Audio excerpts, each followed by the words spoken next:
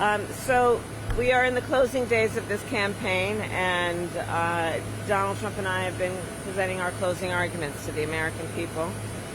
As you've heard me say many times, my pledge to the American people is to pursue common sense solutions, to listen to those, even those who disagree with me, to listen to experts, and to be a president for all Americans. Donald Trump's closing argument is very different. He pits Americans against one another. He spends full time having Americans point their fingers at one another, and he spends a considerable amount of time plotting his revenge on his political opponents.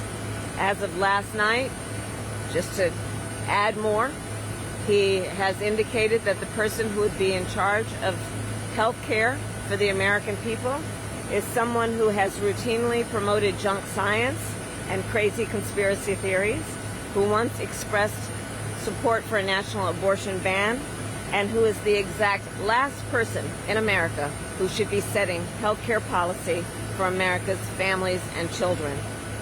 And then, even worse, he has increased his violent rhetoric, Donald Trump has, about political opponents, and in great detail, suggested rifles should be trained on former Representative Liz Cheney. This must be disqualifying. Anyone who wants to be president of the United States who uses that kind of violent rhetoric is clearly disqualified and unqualified to be president. Representative Cheney is a true patriot who has shown extraordinary courage in putting country above party. Trump is increasingly, however, someone who considers his political opponents the enemy, is permanently out for revenge, and is increasingly unstable and unhinged. His enemies list has grown longer, his rhetoric has grown more extreme, and he is even less focused than before on the needs and the concerns and the challenges facing the American people. I have also thought a lot about what this means in terms of our standing in the world. As Vice President, I have represented the United States of America around the world. And what I know is that when we walk in those rooms representing the United States of America, we have the earned and self-appointed authority to then talk about the importance of democracy, the importance of rule of law. And as a result, people around the world who are fighting for freedom and opportunity hold us up as a model. America deserves better than what Donald Trump is offering. America deserves a president who understands our role and responsibility to our people and to the rest of the world to be a model. So I'll end with this. Voters are making their decisions. Many have voted, but there are still those who are making a decision about who they'll vote for. And what I offer is, I ask folks to, among the many issues before you, just consider who's going to be sitting in the Oval Office on January 20th. Either you're going to have Donald Trump there, who will be stewing over his enemies list, or I will be there working hard on your behalf on my to-do list. That is the choice among many that is at stake in this election, and I would be proud to earn the vote of the American people, and I do intend to win. With that, I'll take any questions. Here, AP. President, have you had a chance to talk to Liz Cheney? And then secondly, are you concerned about her general security? And concerning the situation and how tense things are, do you think that the government or the administration is some form of provider with security in this situation? So I've not talked to her since this comment was made, but I will tell you, I know Liz Cheney well enough to know that she is tough, she is incredibly courageous, and has shown herself to be a true patriot at a very difficult time in our country, where, to your point, we see this kind of rhetoric that is violent in nature, where we see this kind of spirit coming from Donald Trump that is so laden with the desire for revenge and retribution. And Liz Cheney is a tough person. She is an incredible American, and I have an incredible amount of respect for her. I think that Liz Cheney is courageous, and that we will always make sure that we are all fighting against and speaking out against any form of political violence. You spoke about early voting. What is your assessment? What is the data that you're seeing across the battleground? I'm seeing the folks who are showing up at the various places where we are inviting people to come and talk with us, and where we are talking about the issues at stake. And I'm seeing an incredible amount of enthusiasm from people of every walk of life, every generation, from our first-time voters to folks who are seniors and have a lot at stake on issues like Social Security and Medicare. And what I am enjoying about this moment most is that, in spite of how my opponent spends full time trying to divide the American people, what I am seeing is people coming together under one roof who seemingly have nothing in common and know they have everything in common. And I think that is in the best interest of the strength of our nation. By a lot more women showing up in Pennsylvania, a lot of Democratic women, first-time voters. Women, men, folks of every background are showing up. Vice President, you've had quite a lot of interruptions during your speeches recently, a lot of pro-Gaza protesters, and you certainly have spoken about democracy and responding to them, but do you think that you need to say a little bit more about the Mideast conflict, or about what you would do to try to satisfy them? And are you concerned at all about how you'll do in college towns and in Michigan in particular with them? President Trump today is going to Dearborn, is going to a Palestinian restaurant. This is the second kind of Arab American restaurant he's gone to. He seems to be really trying to make a play for a group that would traditionally be pretty Democratic. Do you think you've done enough to reach these voters? Well, I'm very proud to have a significant amount of support from the Arab American community, both because of my position about what we need to do in Gaza and in the region to end the war and bring the hostages home, and my commitment to a two-state solution, but also because within that community there are many issues that challenge folks and that they want to hear about, including what we're going to do to make housing affordable, what we're going to do to bring down the cost of groceries, what we're going to do to invest in small businesses.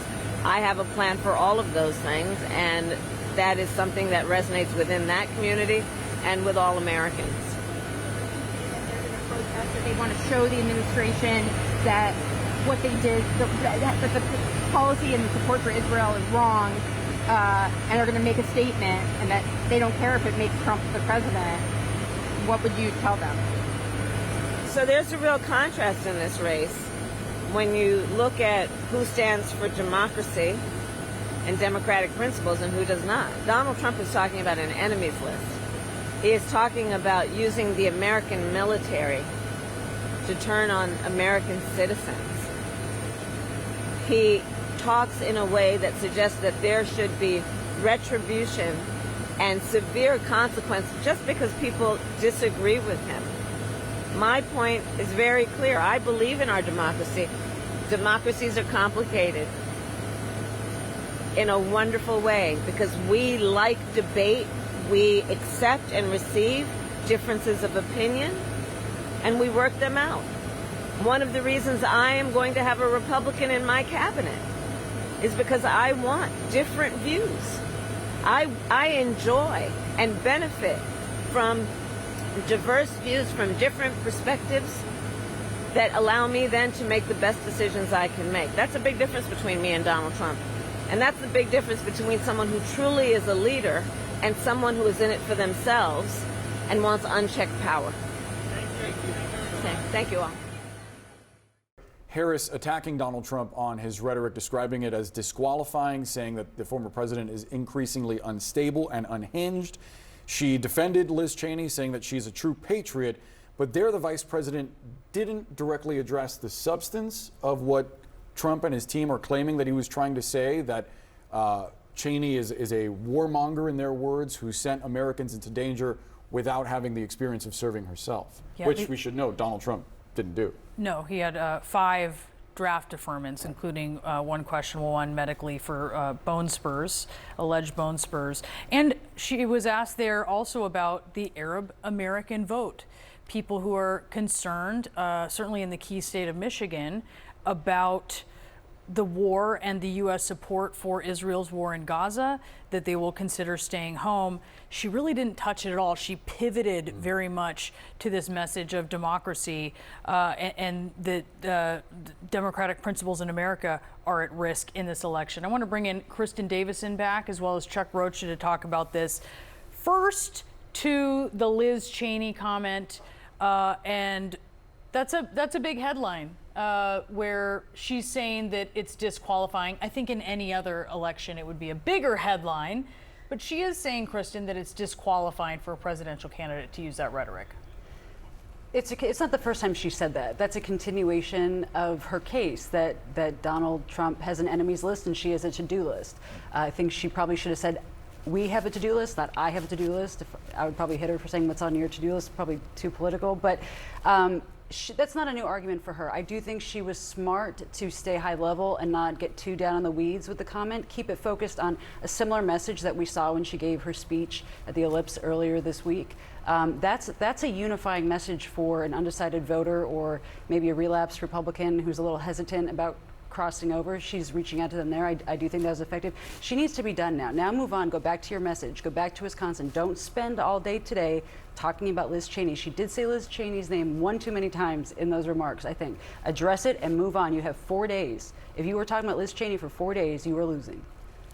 Chuck, you agree? Yeah, no, I don't agree. I think that what she was doing is she can see the data that I can see every single day. And the reason for these small little bit of undecideds that may still be there, in every focus group that I do in a battleground state, it's about this presidential and looking presidential. There's a lot of folks looking for a reason to vote for her. She's only been in this race for 100 days. Donald Trump's been running for like 8-10 years. They know everything they need to know. When we talked about it being baked in focus groups, folks are looking for an adult in the room. She's trying to stand in front of that plane and be presidential is what she's trying to do. I think that works, except everyone knows who Donald Trump is. He's been in public life for decades. If you don't like Donald Trump and you think some of his comments are disqualifying, you are either not voting for him or the economy is so bad and the country is so unsafe that you don't care. And so I don't think it's convincing anyone, because if that worked on you, you are already in the Harris camp. They're in Wisconsin. There's 47,000 people in Wisconsin that voted for Nikki Haley in the primary. They're looking for this with less than 10,000 votes difference. Kristen, I want to ask you about Nikki Haley, because the reporting is that she's given the campaign her number. She's been waiting for a call. They've not called. Should they? It's probably too late. At this stage of the game, it doesn't matter who's campaigning with you. No offense to people who are doing it. It's great. It creates momentum. It's fun. I think, J.Lo last night was fun, but I don't think she was, convincing anyone to vote for Harris. And so I don't think it necessarily matters. I know, Haley was in the state in Pennsylvania. I think he has the largest number of Haley voters out of all the swings, 158,000. And so it was effective for her to be there for the down ballot candidates. It helps them get a crowd, helps them get momentum. But I don't think it necessarily, she's already endorsed him. And so if you're a Haley voter and you needed that permission slip to go and vote for Donald Trump, she's already given it to you. So you don't have to actually have her there in person. The Trump campaign has their schedule. They have their, their rally, they run a show. I don't think it necessarily makes or breaks it whether they have Haley there or not. Keep on waiting. I don't think that call is coming. Call me maybe, not. There you go. I like it.